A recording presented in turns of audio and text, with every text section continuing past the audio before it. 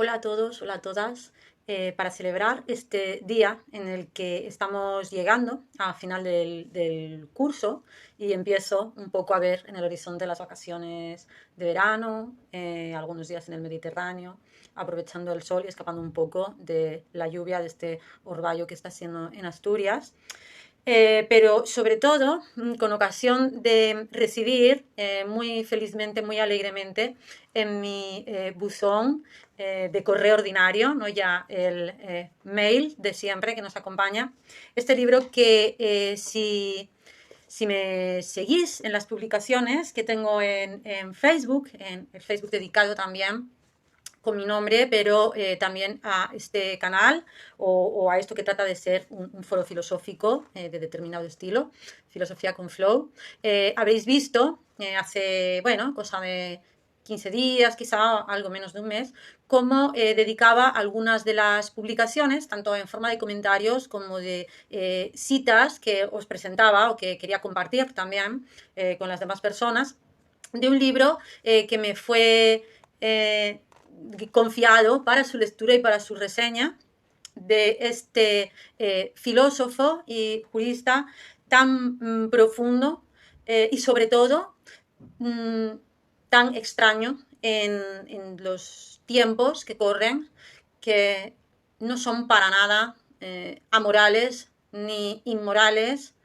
ni creo que caóticos, sino más bien al contrario, muy moralistas y con un moralismo bastante insospechado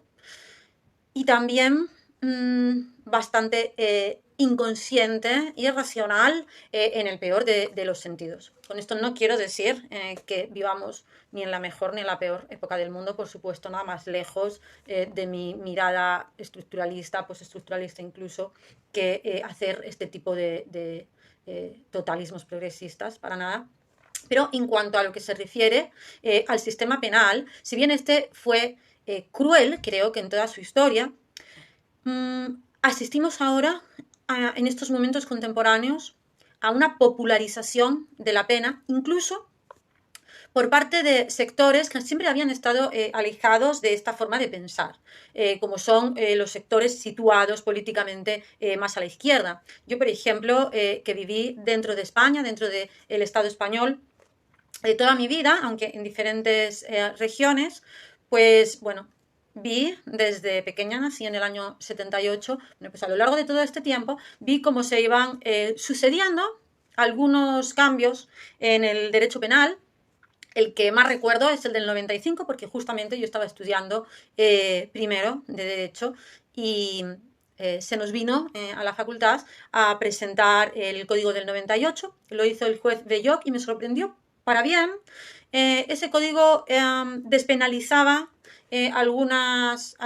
conductas que habían sido consideradas delitos durante muchísimo tiempo, como era, por ejemplo, la corrupción de menores. Esto traía consecuencias bastante bueno, bastante absurdas, como era, por ejemplo, que una pareja en la que uno tuviera 18 y 17 años respectivamente, esta última persona pues, bueno, pudiera demandar a su pareja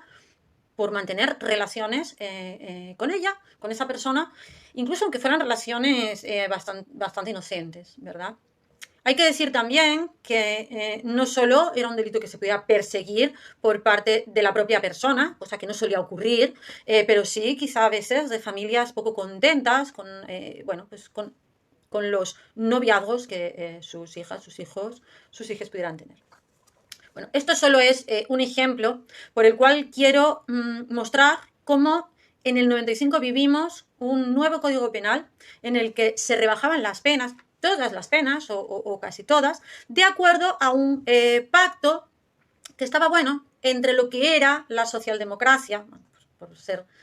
generosos, pero también con otros partidos políticos como era Izquierda Unida o con el visto bueno de esa coalición que se llama Izquierda Unida, que siempre había abogado en cualquier caso por un aminoramiento del sistema penitenciario, ¿no? Del sistema penal en el sentido punitivo, para, en fin, comprender, investigar preferentemente antes que criminalizar o criminalizar de una forma tan fuerte pues las condiciones sociales en las que surgían algún tipo de conductas que eran disruptivas para la comunidad o que podían bueno, lesionar en algún momento pues, bueno, toda la integridad, inclusive la moral de algunas personas, sobre todo las que están en situación más vulnerable, ¿verdad? Se apostaba, decía, por esas otras medidas que acompañaban el cumplimiento de las penas. Ahora se retiraron un montón de programas que antes en las cárceles bueno, servían muchísimo, desde los programas de desintoxicación hasta otro tipo de programas educativos en los que se fue recortando poco a poco, si no en todas, sí, en la mayor parte de las cárceles del Estado. Quería contrastar justamente esto que viví hace un montón de tiempo, hace más de 25 años, con algo que ahora me sorprende, porque también viene como que está incluido en un monopensamiento estos sectores más de la progresía o más de la izquierda, o que habían sido más libertarios en otros momentos de su andadura política. A mí me sorprende ver incluso dentro de algunas corrientes o de las más mayoritarias, en el sentido de las más visibilizadas del feminismo, bueno, pues unas protestas, unos pedidos, unas demandas más bien fiscalizadoras, más bien persecutorias, punitivas, y que no atienden quizá a otras medidas,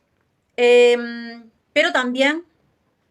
a medidas que comprendan o que atiendan a todos los agentes que están interviniendo, creando espacios de seguridad en los que las personas, antes de ser vulneradas o antes de delinquir también, puedan expresarse, puedan confesar sin miedo sus deseos, sus nostalgias, para poder trabajar con ellas antes de presentar un peligro para otras personas. Sin embargo, lo que vi últimamente, incluso en estos foros, en gran parte de estos foros feministas, es un rechazo total a la conversación, al diálogo, y una forma de entender los espacios seguros, muy carcelaria, como decía, muy punitiva, en lugar de hacerlo entendiendo por espacio seguro en el que una persona puede ser escuchada sin ser juzgada, puede ensayar, puede desahogarse y puede compartir con otras personas lo que siente, sean estos sentimientos pacíficos, violentos o del orden que fuera, y así poder aprender todos juntos hasta qué punto esos deseos hubieran de ser pues bueno, reorientados, reeducados, o si quizá pudieran ser compartidos de otra forma con los demás. Bueno, el día de hoy, decía, recibo en correo ordinario este libro que tan feliz fui leyendo por sentirme justamente acompañada en esta, bueno, os lo enseño un poco así, en esta idea, en esta nostalgia mía por un mundo o por una sociedad que fuera descarcelarizándose, que fuera incluso despunitizándose, que fuera incluso removiendo y modificando hasta o con la idea o ese ideal, al menos regulativo, de que pudiera ir eliminándose el sistema penitenciario y ser reabsorbidas las responsabilidades de otra manera y de una forma más social, más conjunta, más grupal, en la que todos pudiéramos ver qué parte de responsabilidad o qué capacidad tenemos para dar la vuelta, reorientar y de esta manera permitir algo que esté en medio entre el malestar y la cultura y la cárcel o el sistema punitivo penal penitenciario, y que podríamos llamar dispositivos para la sublimación. Nos veríamos convocados también a crear grupos de trabajo, digamos, más o menos conscientes, más o menos espontáneos, en los que en las sociedades fuéramos generando una investigación o una reflexión simplemente deconstructiva en la que pudiéramos comprender qué ocurre, antes de penalizar, qué ocurre, por qué pasan las cosas que pasan, por qué algunas personas nos podemos sentir vulneradas o gravemente heridas por otras, que a veces tienen su espejo o reflejo o tipificación en el sistema penal o no, pero que en todo caso sería interesante saber qué nos mueve a la violentación del otro, y sería también bonito y sobre todo muy constructivo escuchar a todas las partes, escuchar también a esas partes que suelen figurar como culpables, suelen ser retiradas fuera de la sociedad sin que nadie ya se preocupe por saber qué les ocurre, qué pasa, si se están a su vez violando sus derechos o no, si se están reformando o están empeorando, y donde parece muchas veces que ni siquiera importa si esas medidas mejoran la convivencia o no, sino que parece que un simple espíritu de venganza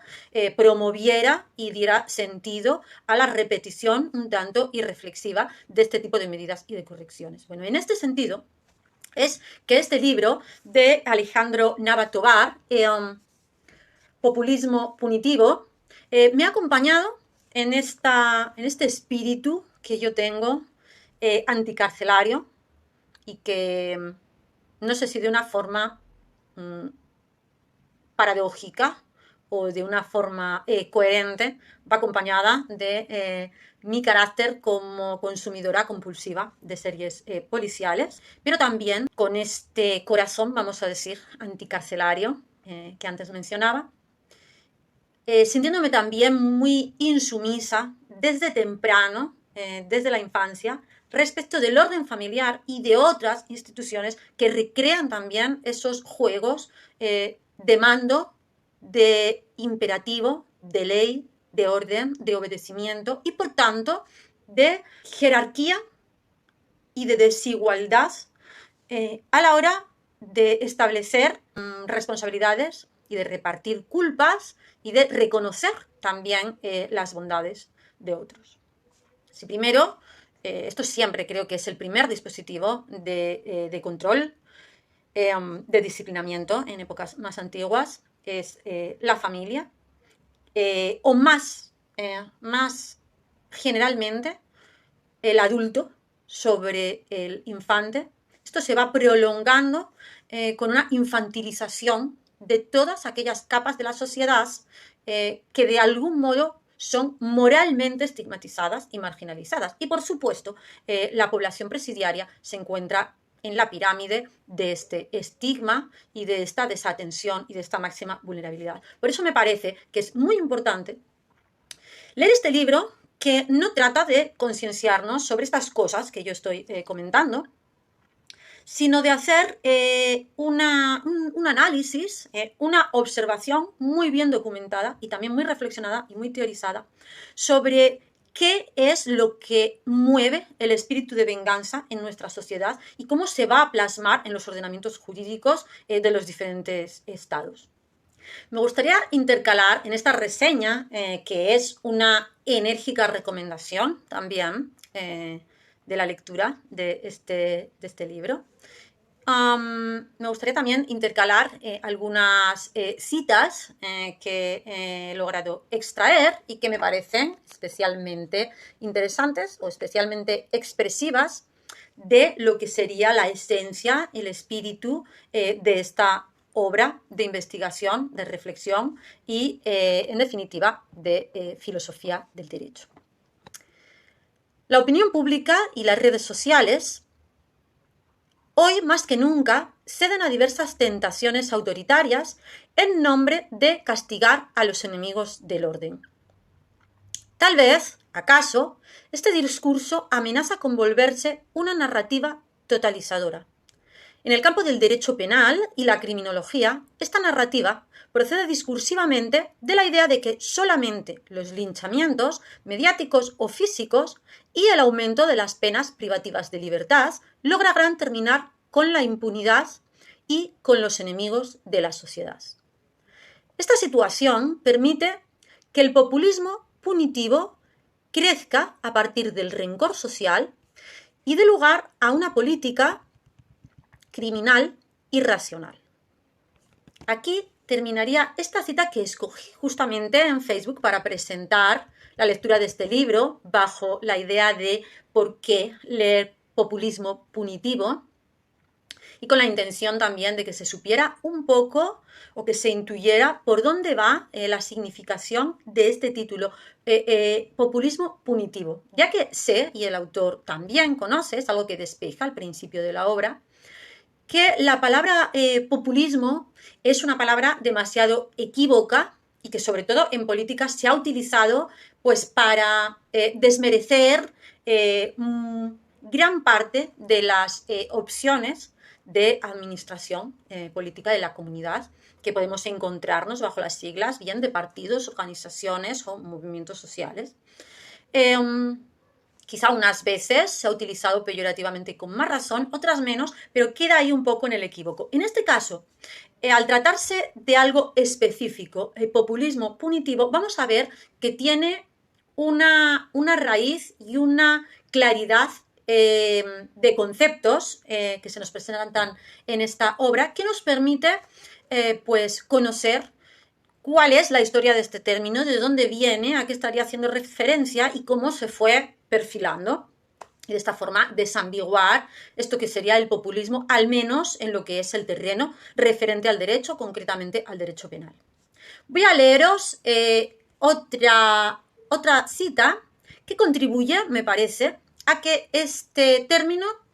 populismo punitivo, sea aún más comprendido y podamos contextualizarlo y podamos ver a qué materia, a qué disciplina, a qué ámbito del discurso de pensamiento y del discurso crítico de pensamiento corresponde. Para ello vamos a hacer referencia también a la criminología y nos vamos a acompañar de nuevo de las palabras de Alejandro Navatobar. Si bien la criminología en tanto disciplina de estudio tiene sus orígenes en la modernidad, específicamente a finales del siglo XXI, en virtud de que nace como ciencia de la experiencia y tiene como lugar de origen la prisión, la legitimación del poder penal siempre ha existido en la forma de discursos erigidos para castigar a determinados grupos.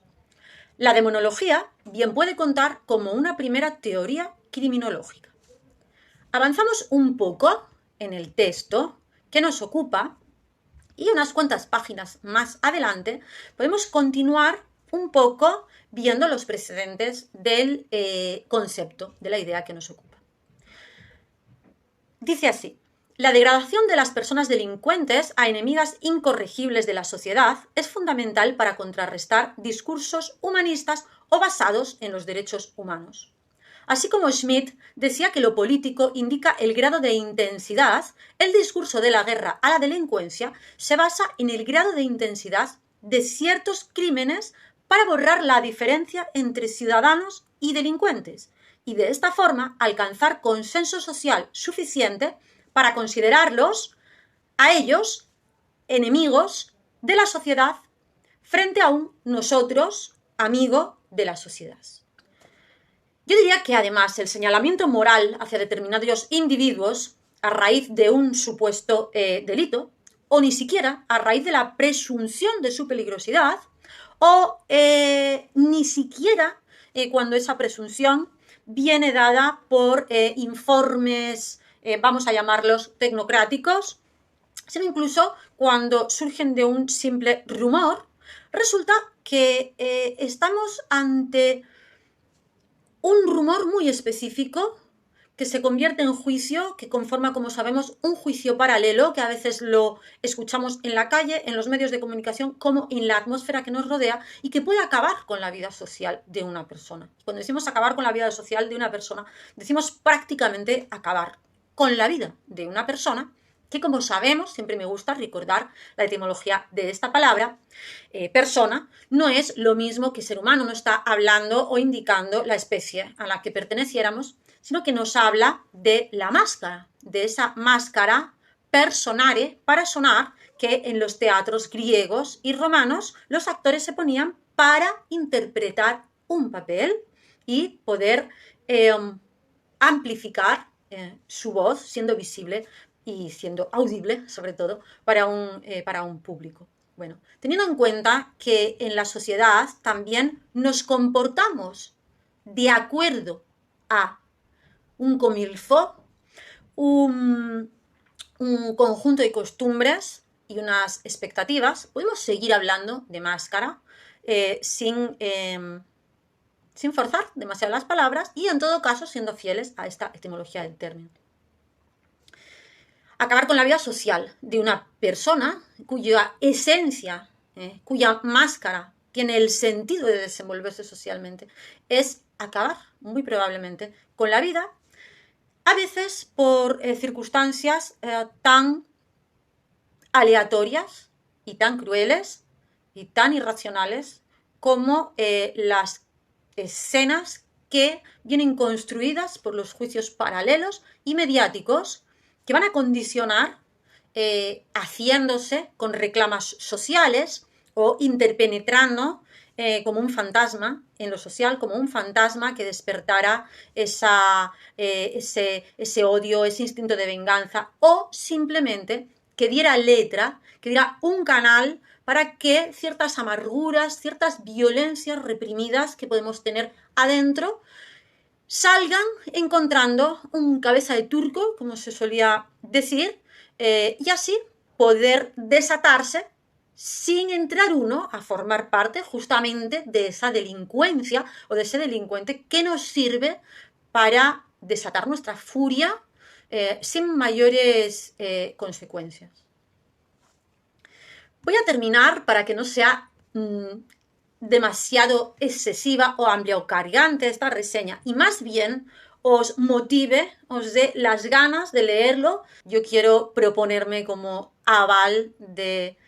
el enriquecimiento asegurado que supone esta lectura. Voy a terminar con la última cita que he escogido para esta presentación, que sigue en la línea que antes mencionaba, explicando un poco más lo que sería el populismo punitivo. Para el populismo punitivo, las medidas alternativas a la prisión son un estorbo para la impartición de justicia. En los últimos años, diversos sistemas penales han institucionalizado mecanismos alternativos de solución de controversias en materia penal, de tal forma que medidas tales como la mediación, la conciliación y la junta restaurativa pueden contribuir a hacer más eficaces la impartición de justicia penal y hasta cierto punto pueden humanizar las penas. Sin embargo, ante ciertos delitos, la sociedad no solamente rechaza estas medidas, sino también exige penas privativas de libertad o la implementación de la prisión preventiva oficiosa para el mayor número de delitos. A pesar de la institucionalización de mecanismos alternativos, la sociedad continúa con la consideración de que la pena idónea y necesaria para los delitos sufridos debe ser la pena privativa de la libertad. Termino esta cita y voy a leeros ahora muy brevemente un texto que construí como conclusión, como forma también de homenajear esta obra, continuándola con una reflexión al hilo de su lectura. Dice lo siguiente. En las conclusiones de Populismo punitivo, Alejandro Nava Tovar comienza aludiendo a las vías que un escrito de estas características abre. Con ello, entiendo que parte de las conclusiones no pueden consignarse en dicho libro, sino que constituirán el principio de otras preguntas, otros tratados y la conveniente reformulación de algunos de los problemas más urgentes para la socialización. Por eso dejo aquí mis conclusiones en forma de interrogante. ¿No deberíamos ya profundizar en las posibilidades de una alternativa, pero masiva, a la cárcel y a las penas privativas de libertad? ¿No deberíamos, de hecho, sustituir el término derecho penal y teoría penitenciaria por algún otro nombre que no incluya la palabra pena? Y así pudiéramos intuir por fin, tras el conjunto de sus códigos, reparaciones que no consistan en imponer un dolor, sino más bien estudiar las posibilidades prácticas de rehabilitación y o de aminoramiento de la peligrosidad social sin crueldades adicionales e innecesarias, como son las condiciones de indefensión en las que vive la población presidiaria en general, o como son las condiciones de exclusión de los derechos culturales, de ocio y de información, que no hace sino incrementar el malestar y el colapso emocional de los reclusos. Por otro lado, no es urgente también tratar acerca de delitos cuya tipificación y persecución clama al cielo por la enorme hipocresía y la doble moral e imposturas varias de la buena sociedad, como son la mayor parte de los delitos y sentencias promulgadas en materia de drogas. Tengamos en cuenta además que al menos en España el más mínimo menudeo es tratado como delito de narcotráfico, que junto a los delitos de terrorismo conlleva un proceso absolutamente restrictivo de los derechos de defensa de los acusados, que no existirían en ningún otro caso, como es, por ejemplo, la limitación notable de la comunicación del acusado con sus abogados, con sus familiares, etc. Nuestro autor, Alejandro Navatobar, no escribe en el entorno español desde el que yo estoy haciendo esta recomendación, sino que escribe desde el panorama mexicano y latinoamericano en general, pero en conversaciones con él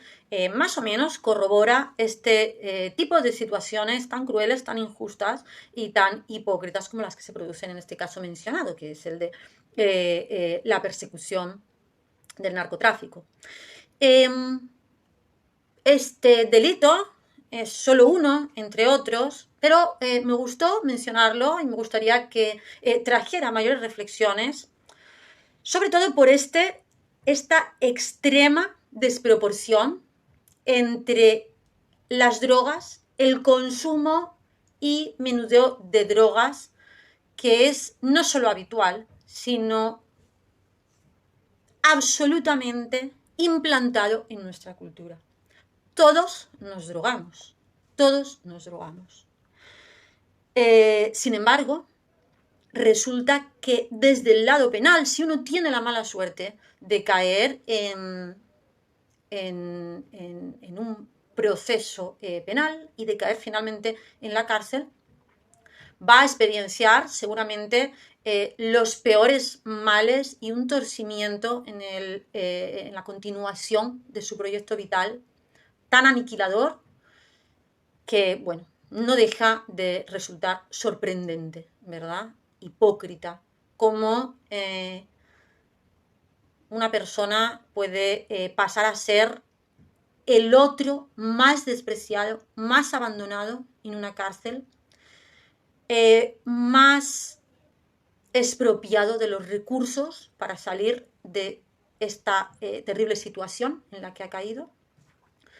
por vendernos a los demás las drogas que alegremente consumimos en fiestas, en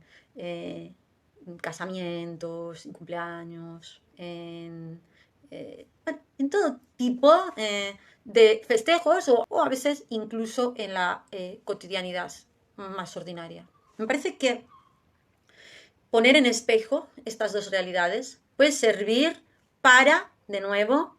convocaros a leer este libro y seguir pensando con las herramientas que nos ofrece. Hasta aquí la reseña y hasta otro momento. Chao.